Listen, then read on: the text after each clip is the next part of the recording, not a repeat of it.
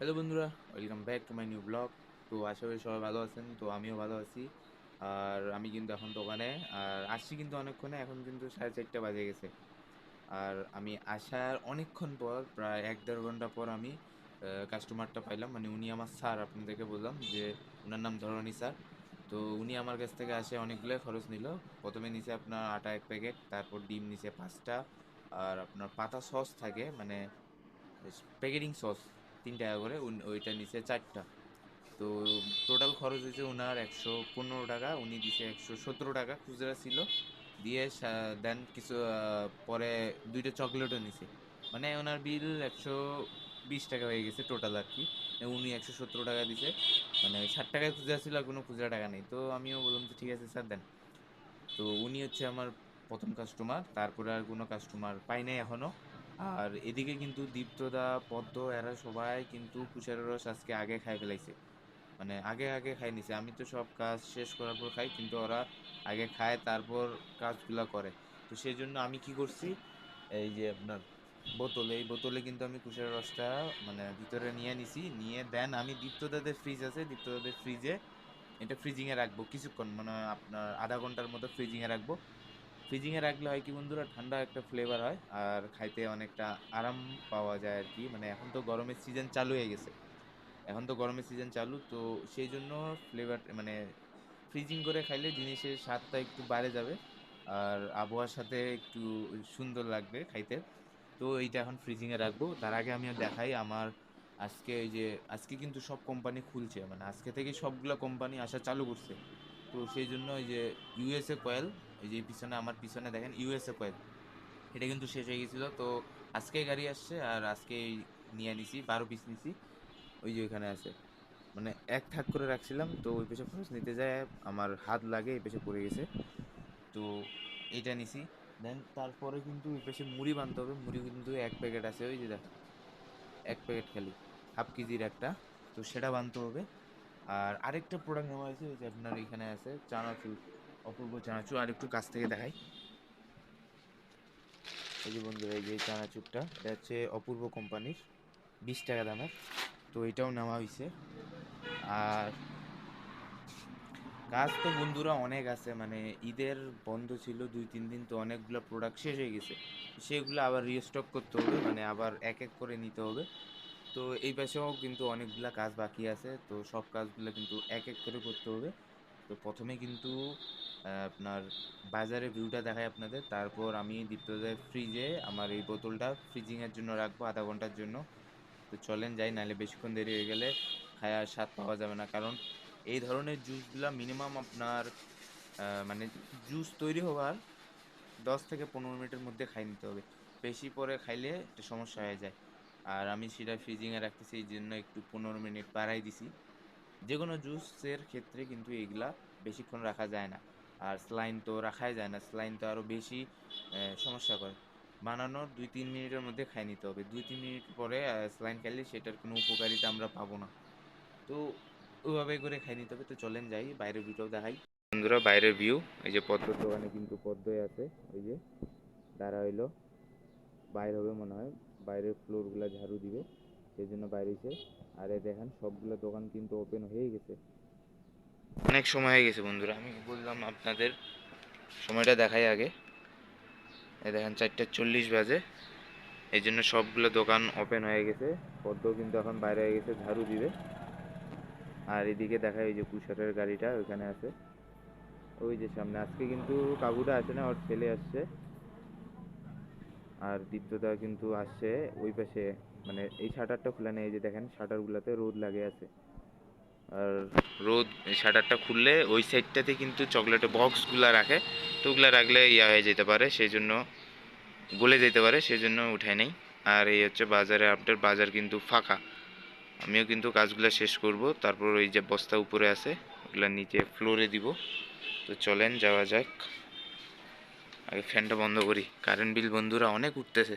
দেখেন দিনের বেলায় 4টা লাইট চলতেছে। চলেন যাই।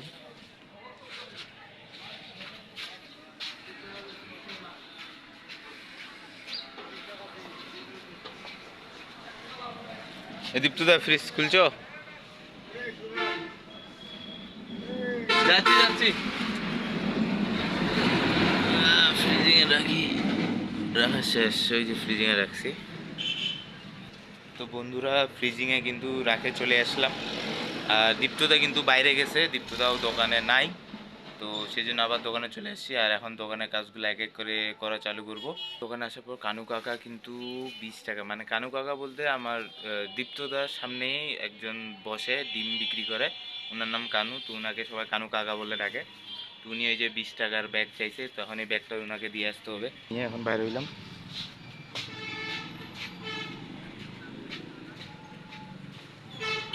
এই যে এই দোকানটা,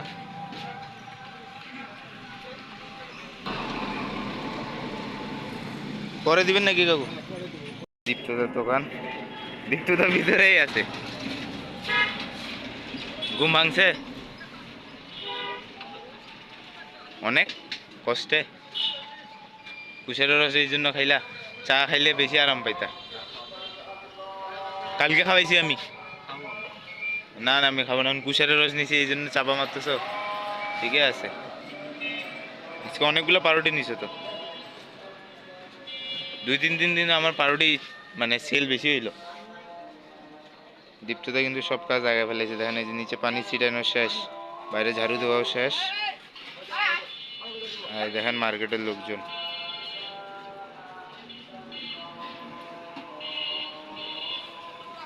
কানু কাকার দোকান থেকে আসার সাথে সাথেই আরেকটা কাস্টমার পাইলাম। কাস্টমারটা কিন্তু মোটা অঙ্কের, মানে আপনার অনেকগুলো আইটেম নিল। এখানে রাখে কাঁচা বাজার করতে গেছে, তো অনেকগুলো আইটেমই নিছে। আপনার দেখায় এই যে এখানে তেল 1 বোতল, এটা কিন্তু পুরা বোতলটা কিন্তু 90 টাকা। আর এইখানে এই যে চিনি, এই যে চিনি এটা নিচে 3 কেজি। তো টোটাল বিল আসছে চিনি 3 কেজি 300 টাকা, তেল 90 টাকা, 390 টাকা বিল আজকে আসার সাথে সাথে।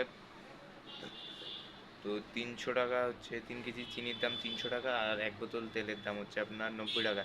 টোটাল বিল দাঁড়াইছে আপনার 390 টাকা। তো এটা হচ্ছে আমার দ্বিতীয় কাস্টমার। আজকে কেন জানি বন্ধুরা সব বড় বড় কাস্টমার পাচ্ছি, 1-1.5 ঘন্টা কিন্তু কোনো কাস্টমার পাইনি। আসে বসিয়েছিলাম, ফোন চালাচ্ছিলাম, তো মানে 1-1.5 ঘন্টা পর থেকেই কিন্তু কাস্টমার 2টা পাইলাম। মাঝখানে আরও 2-3টা পাইছিলাম, সেগুলো হচ্ছে আপনার লোডের। কেউ 20 টাকা লোড দিছে, কেউ 50 টাকা লোড দিছে, কেউ আবার 30 টাকা লোড দিছে। তো সেইগুলো তিনটা কি চারটা এরকম আমি লোডের কাস্টমার পাইছি। আর তারপর এই 2টা হচ্ছে মানে খরচের কাস্টমার বড় বড়। তো এখন পর্যন্ত সময়টা কিন্তু বন্ধুরা ভালোই যাচ্ছে। তো কাজগুলো কিন্তু এখনও ধরতে পারিনি, কাজগুলো শেষ করে ঝাড়ু দিয়ে তারপর কিন্তু ঠান্ডা মানে আপনার কুশারের রসটা খাইতে পারবো। তো চলেন কাজগুলো কিন্তু আগে করে ফেলাই। তো বিলটাও কিন্তু পাই গেছে, এই যে হাতে এই যে 500 টাকার নোট, বিলটা পাই গেছে। আর মালামালগুলো কিন্তু সব ওই যে ওখানে ঢুকাই দিছি ভিতরে ব্যাগটাতে কিন্তু মালামালগুলো ঢুকাই দিছি। উনি কিন্তু মাল মানে খরচগুলা মাপে রাখতে বলছে, আর সঙ্গে সঙ্গে কিন্তু বিল দিয়ে গেছিলো। আর এখন কিন্তু বিলের টাকা কাটেনি, আগে দেখাই যে ব্যাগে দিয়ে দিছি এগুলো ব্যাগটা। আর এই যে ভিতরে তেল আর হচ্ছে চিনি। আর এখন বিলটা কাটি, ওই যে 10 4 আর এই যে 5। তো ইনি আসলে দিয়ে যাবো, আসলে কিন্তু এটা দিয়ে দিব। তো বন্ধুরা এই যে কাস্টমারটা খরচটা নিয়ে চলে গেল, এই যে খরচের ব্যাগ সাথে এ নিয়ে নিচে হচ্ছে 390 টাকা খরচ। তার সাথে সাথে একটু আগে মানে আসার পরে এখন রবিতে লোড দিল। এই যে এখানে কিন্তু এই যে সাকসেসফুল উঠে আছে, এখনই কিন্তু 100 টাকা লোড দিল। দেখায় একটু ভিতরে যায়, এই দেখেন অ্যামাউন্টটা, এই যে 100 টাকা, এই যে 100 টাকা রিচার্জ। তো এখন কিন্তু চলে গেছে, ওই যে ওই পাশে খরচ নিয়ে চলে যাচ্ছে। তো এই যে 100 টাকা লোডের। আর আমার কিন্তু কাজ প্রায় সব শেষ করে ফেলেছি, ভিতরে ঝাড়ু দিছি, এই যে ঝাড়ুটা সহ কিন্তু বাইরে রাখছি। ঝাড়ু বাইরে দিচ্ছিলাম, উনি তখন খরচ নিতে আসলো, আসে তখন ভিতরে ঢুকলাম। তো এটা দিলে কিন্তু কাজ শেষ। তো বন্ধুরা ফাইনালি সব কাজ শেষ।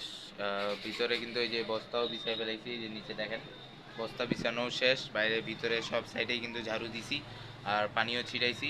আর আমার পিছনে দেখেন এই যে মুড়িগুলো কিন্তু বান্ধা শেষ।